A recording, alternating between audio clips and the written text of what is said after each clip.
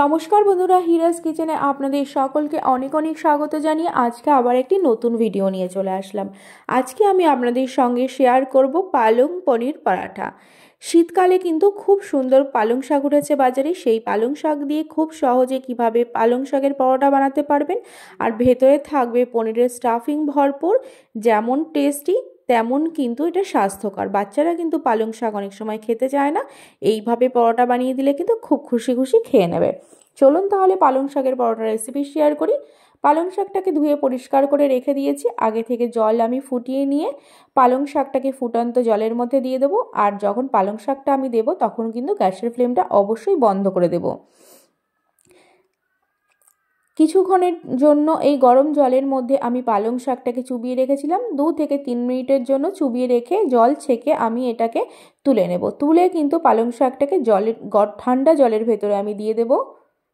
এই ঠান্ডা জলের ভেতরে দিলে পালং শাকের যে সবুজ কালারটা কিন্তু এটা বরাবর থাকে, কালারটা কিন্তু কালো হয়ে যায় না। কিছুক্ষণের জন্য আমি ঠান্ডা করে নেব পালং শাকটা। তারপরে এভাবে জল চিপে আমি মিক্সিং গ্রাইন্ডারে দিয়ে দিলাম। সাথে দিয়ে দেব 7-8 কোয়া রসুন, দিয়ে দেব স্বাদ অনুসারে কাঁচা লঙ্কা। তারপরে সুন্দর একটা স্মুথ পেস্ট আমি বানিয়ে নিলাম। দেখুন কত সুন্দর সবুজ হয়েছে। এই প্রসেসটা ফলো করলে কিন্তু আপনাদের পালং শাকটা কিন্তু কালো হবে না।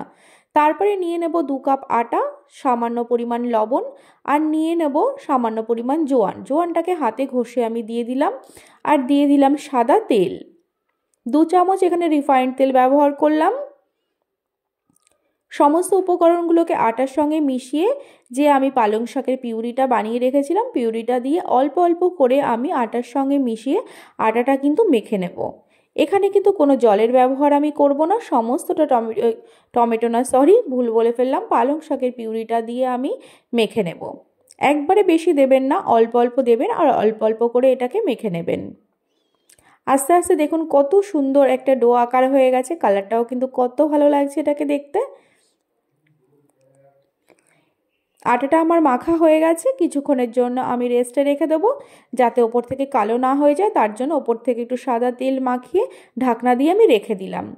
তারপরে একটা প্যান নিয়ে নিয়েছি, প্যানে দিয়ে দেব আমি 2 চামচ তেল, সাদা তেল। তারপরে দিয়ে দিলাম আমি এখানে জিরে ফোড়নে, আর 1 ইঞ্চি আদা কুচি, 1 চামচ লঙ্কা কুচি, আর 2টো ছোট সাইজের পেঁয়াজকে সুন্দর করে কুচিয়ে আমি নিয়ে নেব। তেলের পরিমাণটা কিন্তু বন্ধুরা এখানে বেশি দেবেন না, সামান্য পরিমাণই দেওয়ার চেষ্টা করবেন। আর দেখুন পেঁয়াজটা কত সুন্দর কালার চলে এসেছে। এরকম হালকা কালার চলে আসলে পেঁয়াজে, তখন আমি গ্রেট করে রাখা পনির দিয়ে দিচ্ছি স্বাদ অনুসারে লবণ, সামান্য একটু গরম মশলা, আর দিয়ে দেব চিলি ফ্লেক্স। সুন্দর করে পনিরটা আর মশলাগুলোর সাথে আমি নেড়ে চেড়ে মিশিয়ে নিচ্ছি।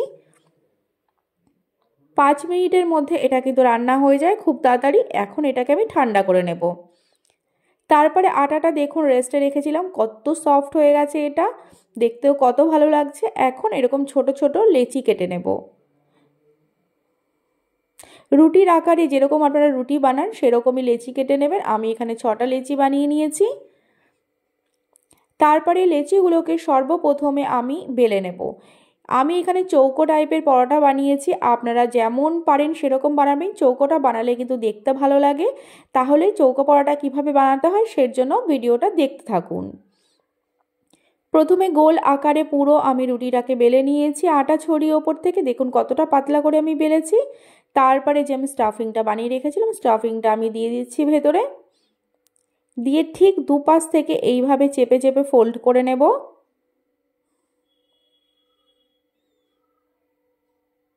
এবার দেখুন এই সাইডগুলো সুন্দর চেপে চেপে মিশিয়ে নেব। হয়ে গেল এখন চৌকো আকারের পরোটা। একটু ভালো করে চেপে দেবেন যাতে স্টাফিংটা না বেরিয়ে যায়। তারপরে আটা ছড়িয়ে সুন্দর হালকা হাতে সাইডগুলো এভাবে বেলে নেবেন। চৌকো পরোটা বানালে কিন্তু স্টাফিংটা চারিদিকে সুন্দরভাবে যায়, তার জন্য কিন্তু চৌকো পরোটাটা খেতে অনেক বেশি ভালো লাগে। গোল পরোটা বানালে অনেক সময় সাইডগুলোতে ফাঁকা থাকে, স্টাফিংটা পুরোপুরি কিন্তু যায় না। দেখুন কত সুন্দর কালারটা লাগছে। এখন আমি এটাকে ভেজে নেব। আপনারা চাইলে তেল, ঘি, বাটার যে কোনো কিছু দিয়ে এটা ভেজে নিতে পারেন। আমি সাদা তেল দিয়েই ভেজে নিয়েছিলাম। দেখুন কত সুন্দর ফুলে উঠেছে। এইভাবে একটু চেপে চেপে সুন্দর করে ক্রিস্পি করে পরোটাগুলো একে একে কিন্তু ভেজে নেব।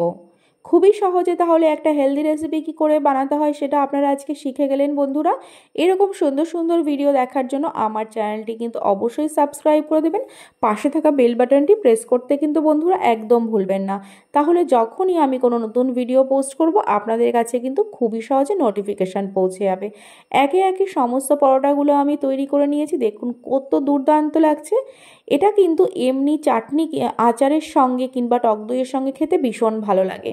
দেখুন একটা পরোটা আমি এইভাবে ছিঁড়ে দেখাচ্ছি, ভেতর থেকে স্টাফিংটা কত চারপাশে গেছে, সাইডগুলো তো এত সুন্দরভাবে স্টাফিং গেছে, খেতে কিন্তু বন্ধুরা ভীষণ ভালো লাগে।